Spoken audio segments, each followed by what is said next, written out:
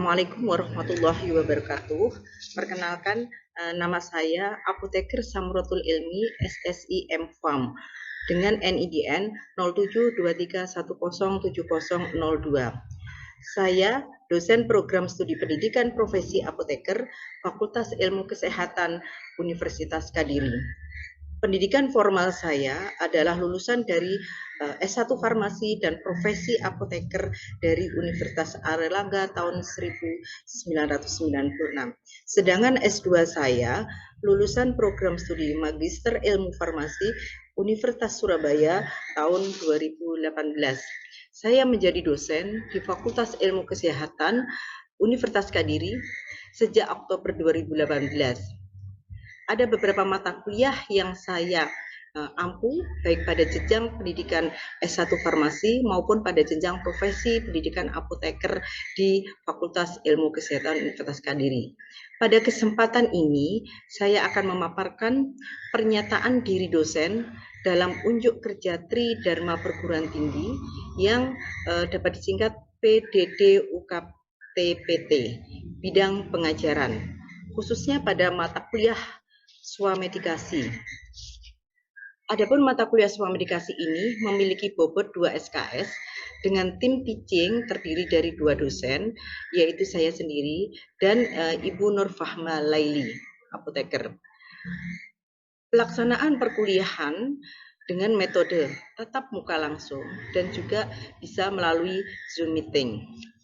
Adapun deskripsi mata kuliah swamedikasi adalah tentang pelayanan swamedikasi di apotek dan juga terkait obat-obatan yang dapat digunakan pada pelayanan swamedikasi, yaitu golongan obat bebas terbatas, obat wajib apotek atau OWA, dan juga obat tradisional, baik golongan jamu, obat herbal terstandar, dan fitofarmaka untuk mengatasi berbagai penyakit ringan antara lain demam, nyeri, batuk pilek, alergi, jamur, dan lain sebagainya.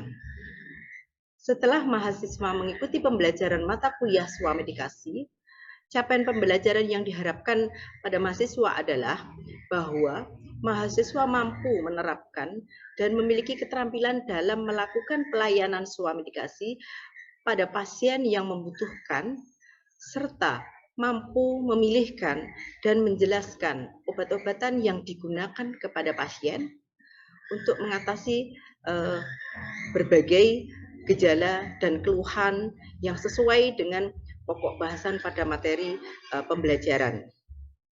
Demikian yang dapat saya paparkan dari salah satu mata kuliah yang saya ampu, yaitu mata kuliah swamedikasi, yang selengkapnya nanti akan saya sampaikan cuplikan perkuliahan setelah ini. Saya sampaikan mohon maaf apabila ada salah-salah kata. Semoga apa yang saya sampaikan ini bisa memenuhi PDD UKT-PT untuk pengajuan sertifikasi dosen. Terima kasih saya ucapkan kepada Bapak Ibu Asesor, semoga dapat memberikan penilaian yang terbaik untuk saya. Wassalamualaikum warahmatullahi wabarakatuh. Assalamualaikum warahmatullahi wabarakatuh. Selamat pagi.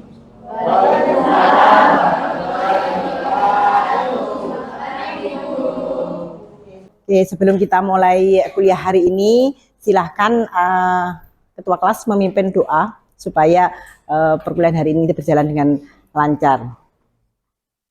Sebelum kita mengawali perkuliahan hari ini, maka baiknya kita berdoa menurut agama dan keyakinan masing-masing.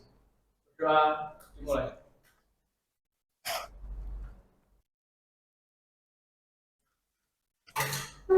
Oke, pertama-tama untuk pertemuan ini adalah pertemuan pertama untuk mata kuliah swamedikasi. Jadi karena ini pertemuan pertama, maka Anda harus tahu mata kuliah apa saja yang kira-kira bisa mendasari mata kuliah ini. Kira-kira mata kuliah apa aja? Mungkin yang pernah Anda dapatkan adalah kuliah farmakologi 1, farmakologi 2, farmakoterapi, dan lain sebagainya. Anda sudah belajar selama semester 1 sampai semester 6 terkait dengan obat-obatan yang harus Anda pahami. Oke, Untuk kontrak kuliah terkait dengan materi selama 1 semester ke depan, jadi pertemuan kita nanti ada 16 kali pertemuan, 1 kali UTS, 1 kali. Oke, ini adalah pokok bahasan yang akan kita pelajari selama 1 semester ke depan. Ya, yang pertama adalah pendahuluan tentang swamdikasi. Di dalam pendahuluan swamdikasi mungkin Anda tahu, mungkin sebelum kita bicara lebih lanjut, tahu apa artinya swamdikasi itu? Siapa yang mau menyampaikan pendapatnya? Oke, silakan Saudari Sabrina. Jadi sebelum saya mengikuti kelas ini, sebelumnya saya mencari tahu tentang apa itu artinya swamdikasi. Setelah saya telusuri, swamdikasi itu adalah upaya untuk mengobati gejala penyakit ringan secara mandiri menggunakan obat bebas, dan beberapa obat lainnya dipergunakan untuk swamdikasi atau pengobatan secara mandiri. Oke, prinsipnya adalah bahwa swamdikasi itu adalah cara atau tindakan yang diambil oleh masyarakat untuk mengobati dirinya sendiri, ya. Nanti yang kita pelajari juga di dalam pendahuluan swamdikasi selain terkait dengan pengertian, kita juga perlu tahu faktor-faktor apa saja sih sebenarnya yang menyebabkan masyarakat itu meningkat, ya, meningkat dalam hal tindakan swamdikasi untuk mengobati diri sendiri. Apa saja nanti yang harus Anda pahami dari setiap pelayanan swamdikasi itu? Ada yang bisa memberikan pendapatnya? Silakan. Ya, jenis obat-obat.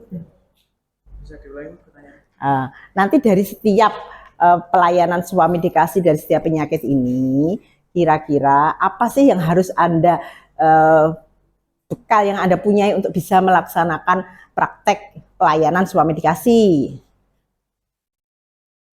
Siapa yang mau punya pendapat? Silahkan, Mbak Damasola. Yang agak keras.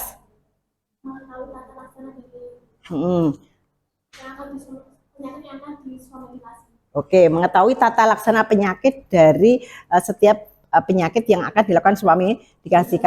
Anda tahu bahwa tata laksana terapi untuk setiap penyakit itu meliputi terapi farmakologi dan terapi non farmakologi. Jadi yang Anda ketahui tidak cukup hanya obat-obatnya, tetapi juga terapi non farmakologinya. Karena pada saat Anda menyerahkan obat-obatnya, tentu Anda harus memberikan informasi terkait hal-hal terapi non farmakologinya yang harus juga dilakukan oleh pasien. Seperti yang terpenting adalah bagaimana Anda bisa mengetahui jenis obat-obatnya, ya, dari penata pelaksanaan farmakologi, jenis obat-obatnya yang bisa diberikan kepada pasien, yang bisa dipilihkan kepada pasien terkait dengan penyakitnya, ya. Misalnya bagaimana memilihkan obat yang benar, tepat, rasional.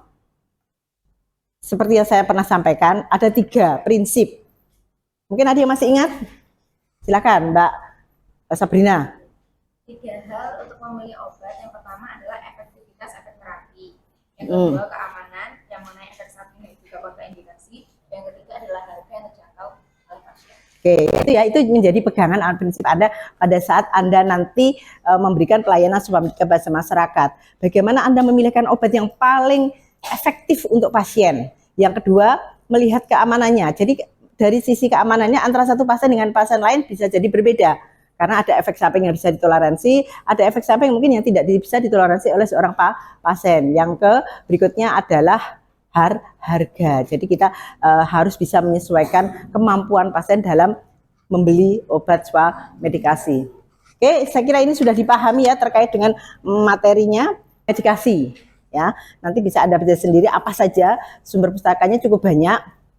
Saya langsung masuk ke materi yang pertama pada hari ini, pendahuluan swamdikasi. Tadi sudah sempat dijawab oleh teman kita Saudari Sabrina. Jadi apa sih sebenarnya pengertian atau definisi dari swamdikasi? Tadi juga sudah kita bahas sekilas.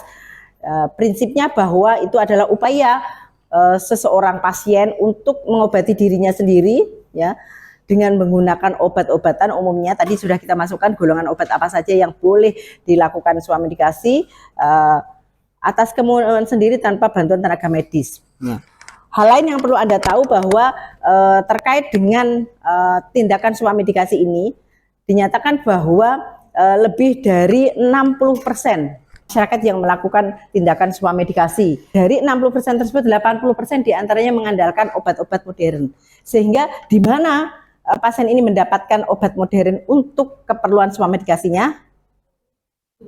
Nah, yang ideal adalah di apoteknya. Yang perlu Anda perhatikan di sini adalah bahwa karena pasien ini adalah istilahnya bisa dia datang ke apotek dengan membawa keluhannya. Kemudian pihak apotek dalam hal ini apoteker penanggung jawabnya yang memilihkan obatnya sesuai dengan kondisi gejala-gejala atau kondisi klinisnya, ya. Yang paling tepat tentu yang paling rasional. Bisa jadi masyarakat sudah menentukan jenis obatnya, mau beli obat apa, sudah punya nama. Nah, oke, selanjutnya ini ya. Tadi saya sampaikan bahwa fenomena tindakan swamedikasi oleh masyarakat ini adalah semakin meningkat.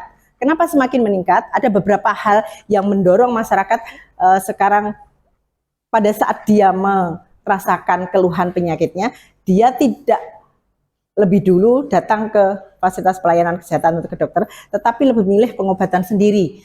Yang pertama adalah karena perkembangan teknologi informasi. Anda tahu sekali ya, perkembangan teknologi informasi sekarang banyak sekali aplikasi-aplikasi yang bisa dimanfaatkan masyarakat untuk memperoleh informasi terkait dengan obat-obatan yang bisa digunakan oleh masyarakat.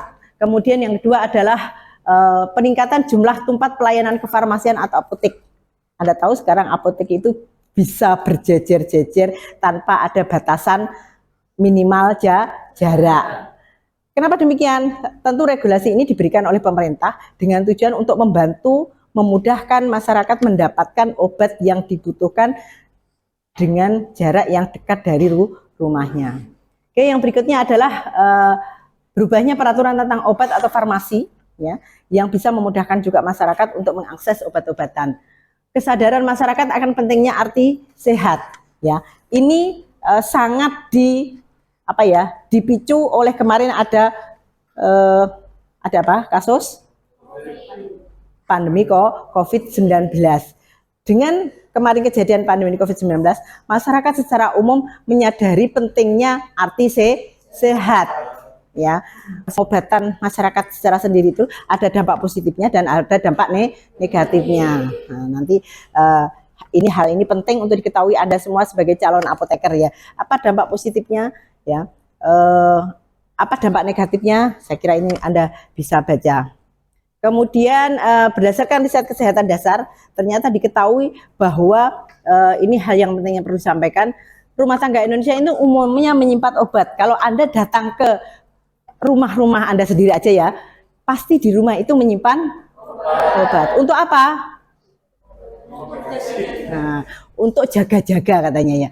Walaupun harusnya obat itu adalah dibeli, didapatkan kalau memang ada indikasi penyakit, gitu ya, harusnya. Nah, dikatakan di situ setiap rumah tangga menyimpan obat, ya. Kalau kita melakukan penelitian itu ke masyarakat, ya, hampir tidak ada masyarakat yang tanpa menyimpan obat, ya, walaupun tentu obat-obat ringan seperti tadi yang sampaikan. Nah, rata-rata yang disimpan di dalam rumah tangga tersebut berdasarkan riset kesehatan dasar ini adalah ada 3 jenis obat, ya. Dan yang cukup memprihatinkan, mereka juga menyimpan obat keras. Padahal obat keras itu harusnya didapatkan dengan resep dokter, penggunaannya harus di bawah pengawasan dokter. Kecuali apa? Silakan Saudara Juliana. Kecuali obat golongan OWA. Ada yang masih ingat apa itu yang dimaksud dengan obat golongan OWA? Silakan. Yang belakang pakai kacamata. Artinya? Obat keras yang boleh diserahkan, Nah, obat wajib apotek adalah obat keras yang boleh diserahkan oleh apoteker di apotek tanpa resep, ya. Ini salah satu obat yang boleh dilakukan swamedikasi, tapi dengan catatan ada persyaratan-persyaratan yang harus penuhi, misalnya dalam hal jenis obatnya, jumlahnya harus sesuai yang tercantum di dalam OWA. Apoteker manfaat swamedikasi. Ya. Tadi ada dampak positif, ada dampak negatif. Tentu ada juga manfaat yang bisa didapatkan oleh masyarakat.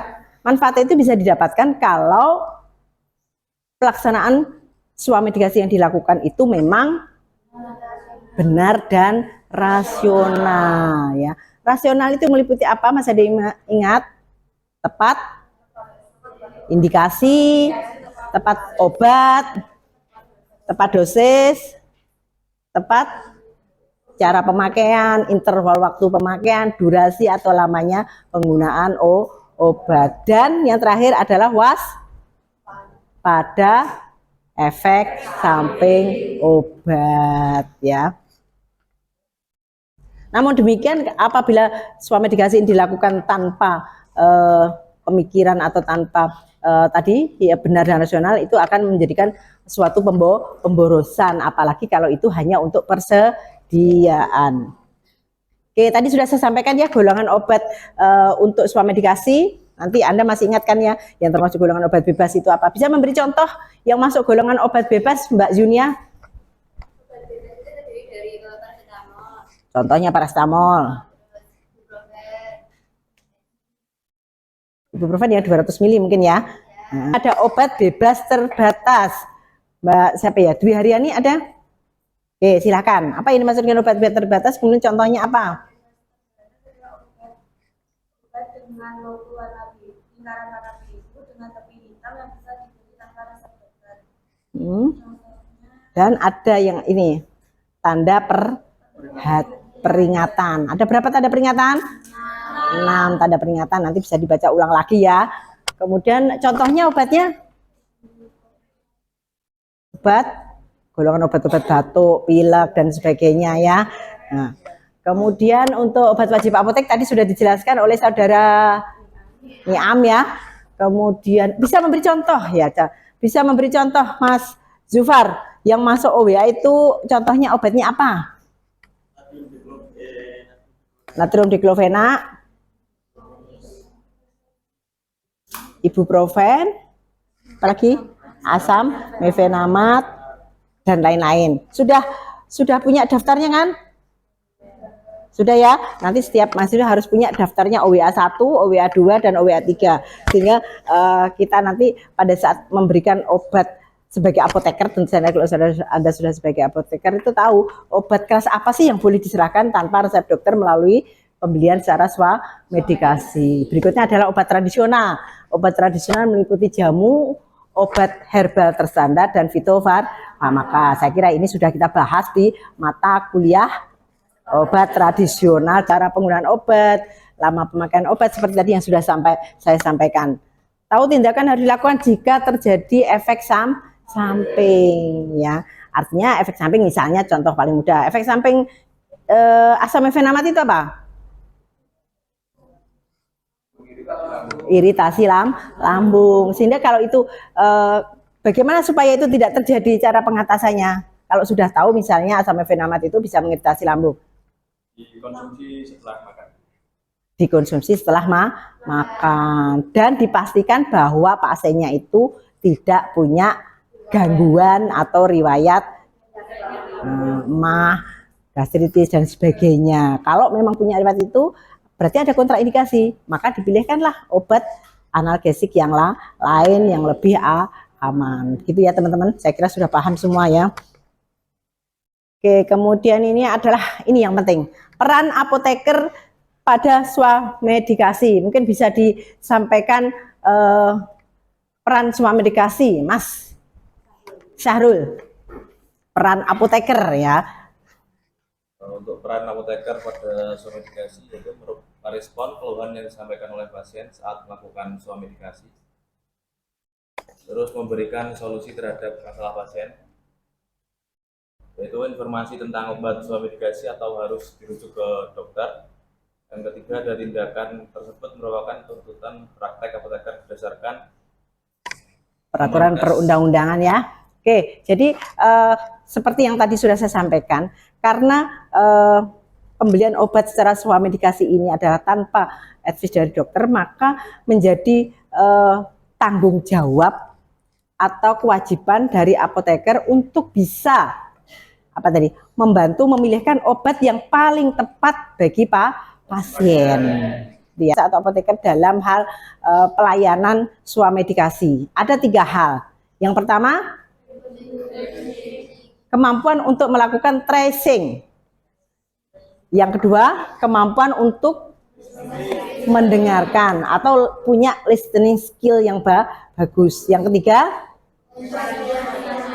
kemampuan untuk menggali informasi dengan memberikan pertanyaan-pertanyaan yang kira-kira kita bisa menggali informasi sebanyak-banyaknya dari pasien. Oke, itu ya. Yang tracing itu sudah ada di pengertian, listening juga dengan questioning. Untuk questioning itu ada 2 metode yang bisa dilakukan oleh farmasis untuk pelayanan swamedikasi. Yaitu yang pertama metode WAM, yang kedua adalah metode AS method. Ini adalah merupakan singkatan, ada tahu WAM, W H A M. W itu artinya who. Apa sih maksudnya who di sini? Silakan, Mbak.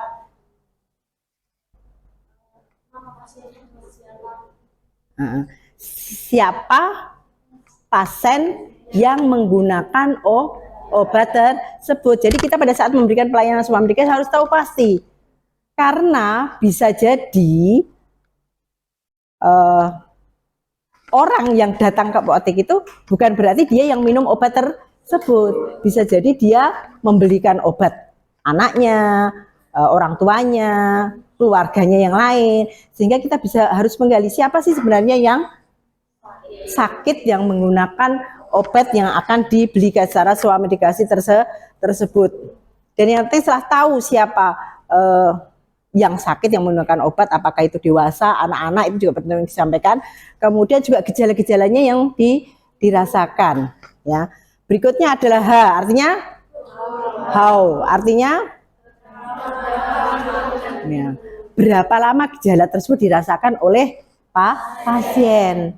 Ya, karena itu akan menentukan pemilihan obatnya. Kalau baru hari ini dengan yang sudah 3 hari, tentu pilihan obatnya bisa jadi berbeda. Medication being taken artinya obat yang sudah digunakan untuk mengatasi gejala yang sudah dirasakan oleh pasien. Kalau misalnya pasien belum menggunakan obat, tentu kita akan lebih mudah memilihkan obat sesuai dengan indikasi, kemudian pilihan first choice-nya apa, pilihan berikutnya apa. Kalau memang di yang pertama ini misalnya terjadi kontraindikasi atau tidak sesuai dan sebagainya, maka pilihan keduanya obatnya apa dan seterusnya, gitu ya. Oke, itu adalah dengan metode UAM. Jadi dengan memberikan pertanyaan-pertanyaan ini diharapkan obat yang akan dibeli oleh masyarakat secara swamedikasi itu benar-benar sesuai dengan kebutuhannya. Oke, yang berikutnya adalah metode AS method. Mungkin bisa menjelaskan metode AS method itu seperti apa, Mbak Ayu? Nadia.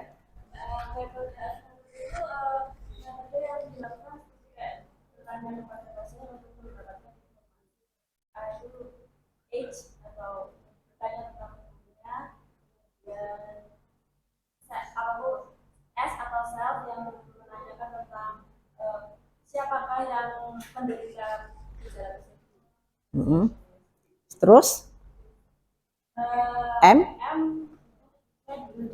Medication. Jadi sama seperti yang metode yang pertama, yaitu ditanyakan sudah diberikan apa sebelumnya obatnya.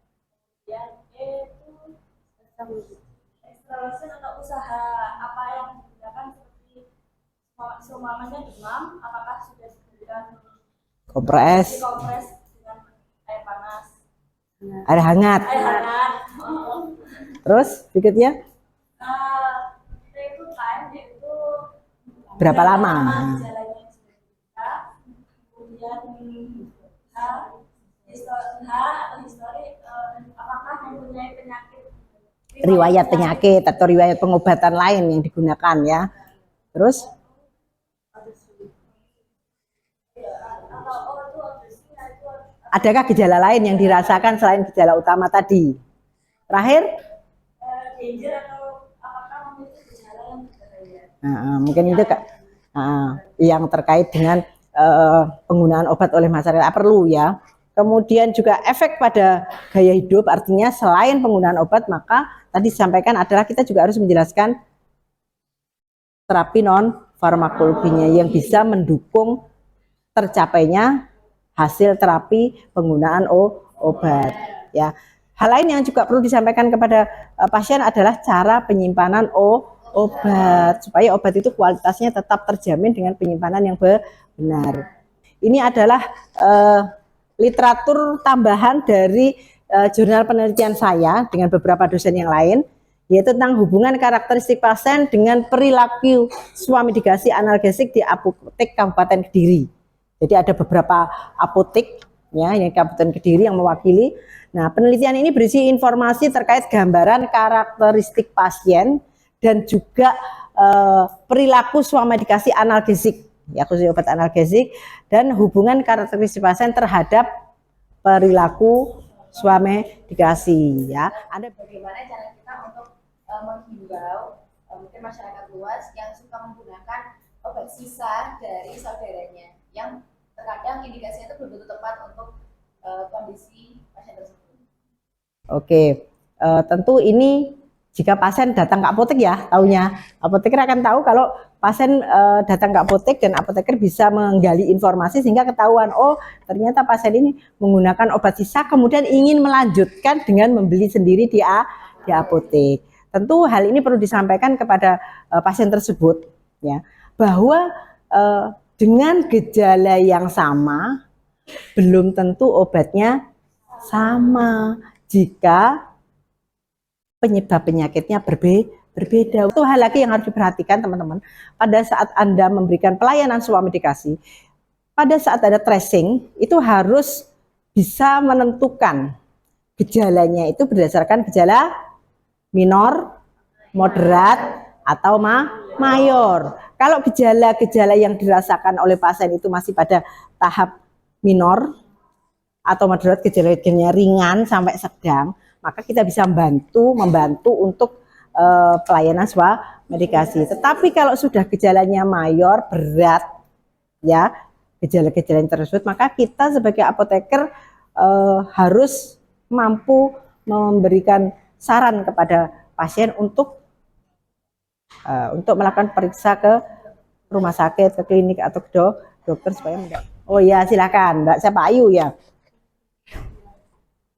Gimana kalau seumpama kan ada pasien itu langsung tangan belinya obat dari warung gitu, kayak nggak bukan first line-nya demam, tapi dia beli demam kayak Brudexin, apa sebagai apoteker harus sosialisasi ke masyarakat gitu.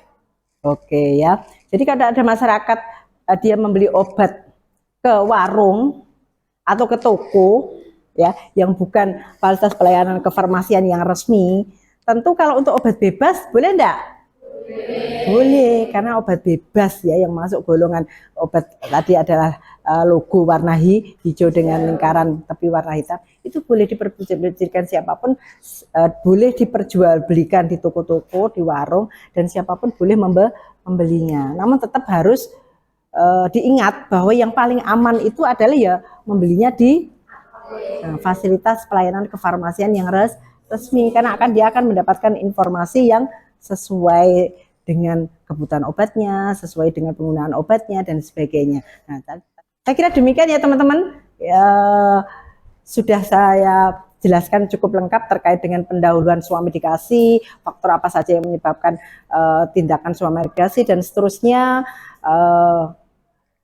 Saya kira kalau sudah tidak ada pertanyaan, ya saya tutup. Terima kasih atas perhatiannya. Assalamualaikum warahmatullahi wabarakatuh. Selamat siang.